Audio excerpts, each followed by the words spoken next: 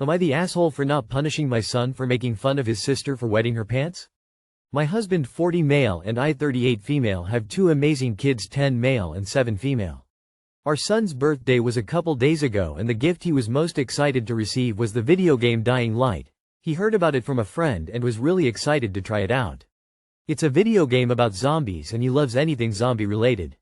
Today he was playing the game in our living room when his sister came downstairs and unfortunately she walked in during a pretty scary part. This part of the video game scared her so bad that she peed her pants.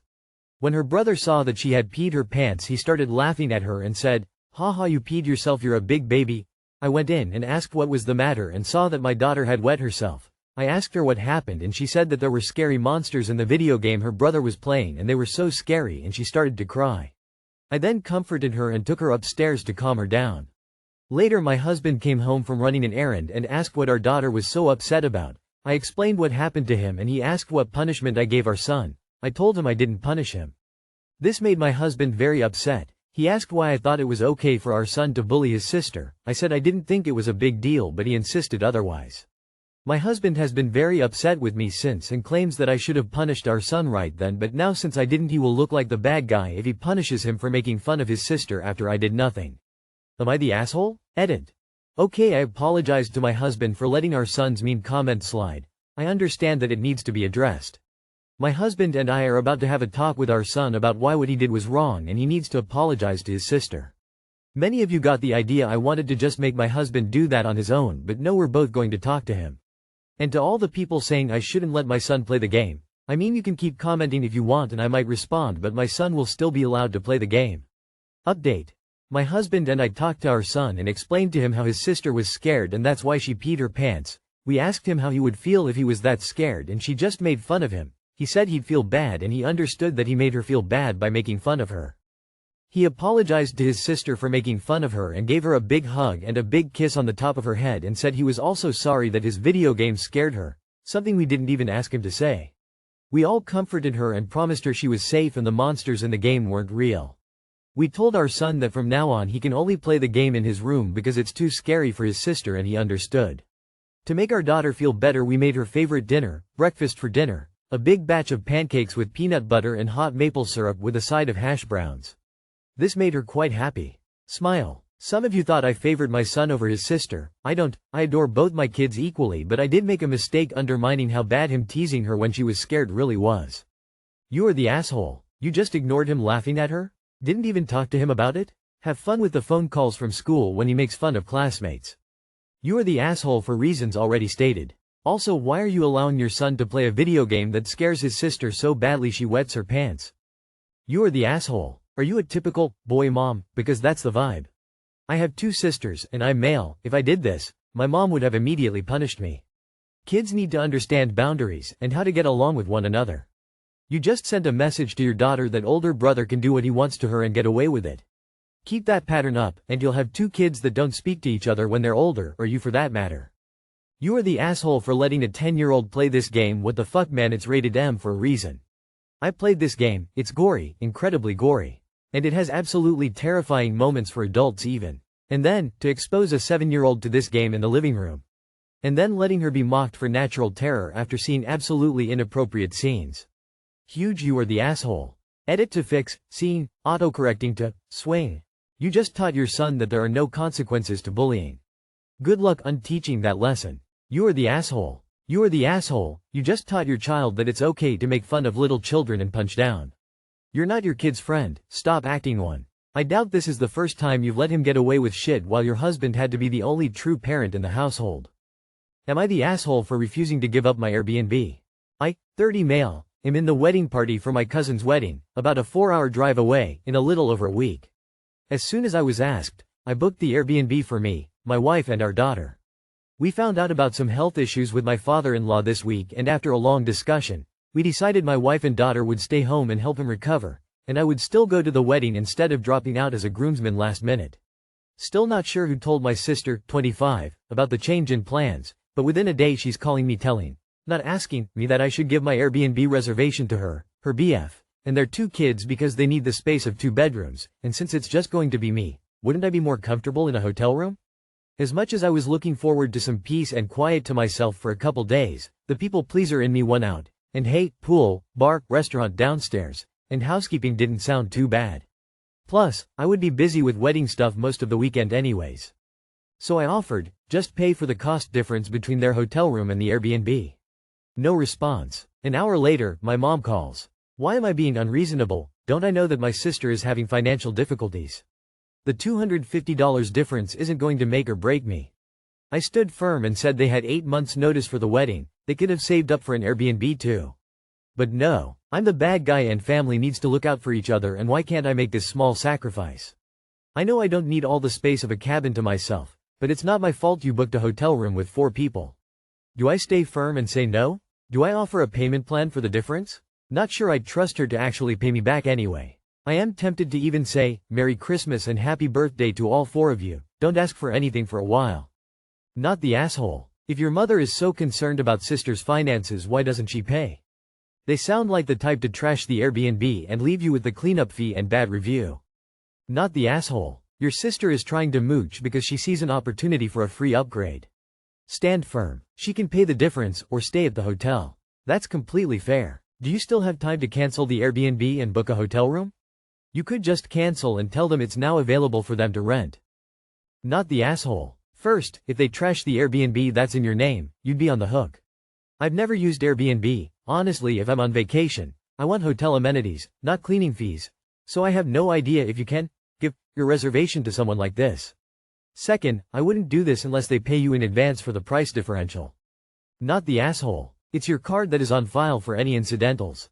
Not to mention Airbnb rules explicitly state that the person who makes the reservation must be one of the guests staying during the booking period.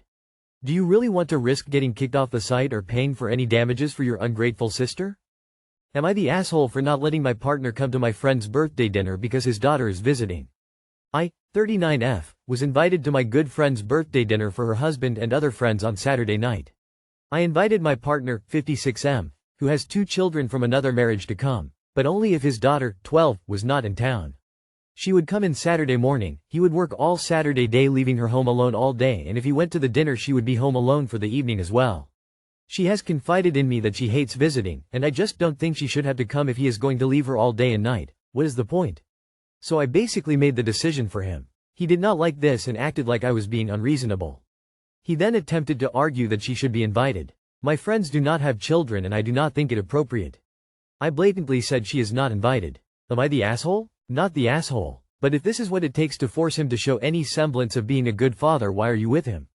This would be a deal breaker for me. He clearly doesn't care about his daughter, and if that is the case, what are the chances that he actually cares about you? Not the asshole, but listen to who you're with. A man who is a whole teenager older than you, who would rather party with your friends than be a good dad to his daughter, with whom he only has visitation, from the sounds of it. Pay careful attention to what he is showing you about who he is. Not the asshole. But your husband is a lousy excuse for a parent. You have to ask yourself this: does he even like his own daughter? Not the asshole. Your husband is a bad parent. I hated visiting my dad for the reason. I'd be uprooted and taken away from my friends and activities to be with my dad, who didn't pay any attention or hang out while I was there. It was a total waste of time and made me miss out on a lot of social events that were important to an adolescent kid. You must be a really nice woman. It speaks volumes that his daughter felt comfortable enough to tell you how she really feels. Not the asshole, but you WBTAH if you had kids with this guy, knowing what a terrible dad he is. Am I the asshole for searching my roommate's room while she wasn't home? I, 28F, live in a 3-bedroom apartment with one of my longtime friends and a third roommate we found on Facebook. Yes, I know, risky. But the last girl we found this way turned out to be great, so we thought we got lucky again.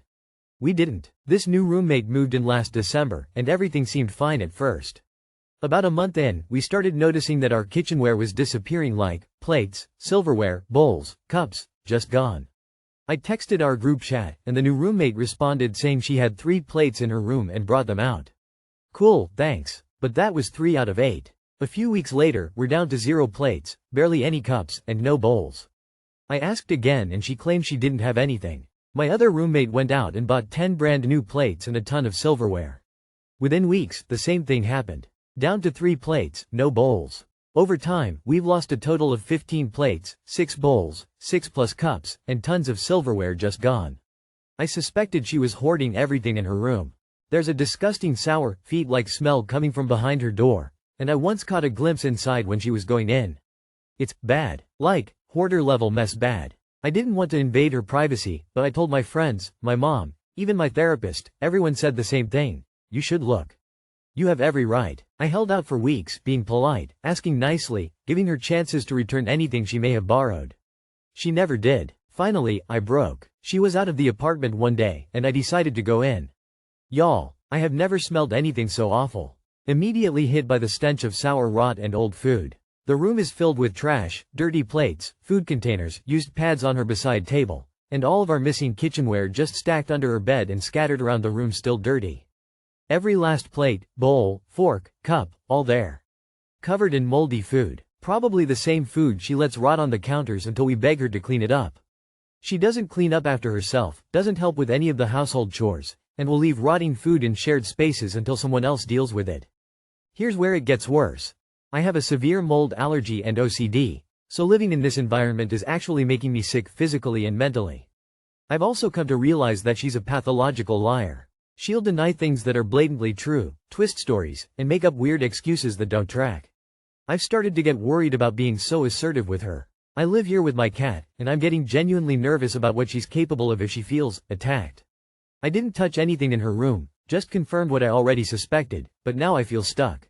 My other roommate agrees it had to be done, but part of me still feels off about crossing that boundary. So am I the asshole for finally going in her room to confirm what we all suspected, even if it meant invading her space? Not the asshole at all. Also, I hate to say it, but I go back in and take pictures of it all, if there's any chance they might be helpful in the fight to get her out of there. Because moving on to the next step, kicking her out if at all possible, would be completely understandable, and you'd also be not the asshole for that. As politely as I can, get her out. Forget being you or the asshole, not the asshole. She's creating a biohazard, and guess who's gonna have to clean it? You. How would you be the asshole in this situation? That's a health hazard. Gross. YUCKYYYYY. Not the asshole. Not the asshole. And this unlocked a core memory of me living WA girl in college who hid a half-eaten rotisserie chicken in her dresser for months. I thought I was going crazy smelling it all the time till one day she left her door open and I saw ants in her FKN closet. Sometimes people are just not right in the head. Get out before you start adapting to it like I did. Lol. Not the asshole. Needs to evict it and clearly needs help. Not the asshole. Do you guys have a landlord? Get the landlord involved. There's no way they want all that moldy stuff on their property either. Or they may be accommodating to you and your other responsible roommate, allowing you to end your lease early to get away from this situation. Yes, the unsanitary roommate is the one who deserves to get kicked out, but if you were renting, it may be easier for the two of you to just bail. Prioritize your own health and well-being, and get the ball rolling to get out of there. I wish you luck.